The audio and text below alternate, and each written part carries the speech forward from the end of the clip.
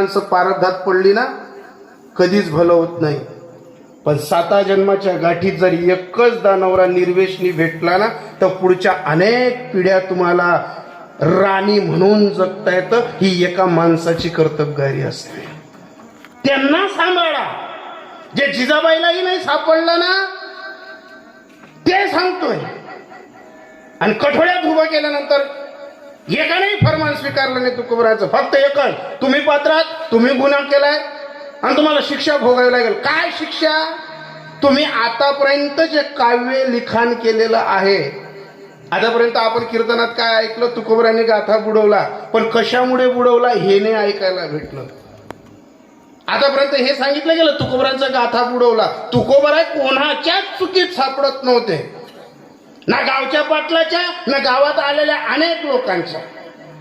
पण तुकोबरायांना चुकीत घेण्यासाठी हा एक बहाणा होता की तुमच्या पत्नीने वाहन काढली आणि सांगितलं नाही तुकोबरायांना. फक्त एकच सांगितलं, तुम्ही आतापर्यंत जे काव्य तुमच्या पद्धतीत अभंग जे काही लिहिले आहे हे तुमच्या हाताने तुम्ही इंद्रायणीत बुडवा. तुकोबरायांनी जेव्हा ही शिक्षा घेतली तर फक्त तुकोबरा एकच म्हणत होते, पांडुरंगा ही लोक बोलत नाहीये, त्यांच्यातनं तू बोलवून घेतोय. तुझ्या मनात जे असतं ना ते तूच करतो. मला बुद्धी देणारा तू, मला काव्य आणि अभंग लिहिण्याची बुद्धी देणारा तू. बुद्धीचा पालाट धरारे काही न मागुता हा मनुष्य देह, या मनुष्य देहाचं सोनं करणारा तू. बुद्धीचे वैभव अन्य नोहे तुझे आणि एका केशवराजे सकळ सिद्धी, सकळ सिद्धींचा तू दाता. यांनाही आणि मलाही बुद्धी देणारा तूच यांना सुचवलं की हे काव्य मी इंद्रायणीत टाकावं. आणि इकडे लगेच सर्वांनी सांगितलं की सकाळी ब्रह्ममुहूर्तावर तुम्ही गाथा पाण्यात बुडवावा.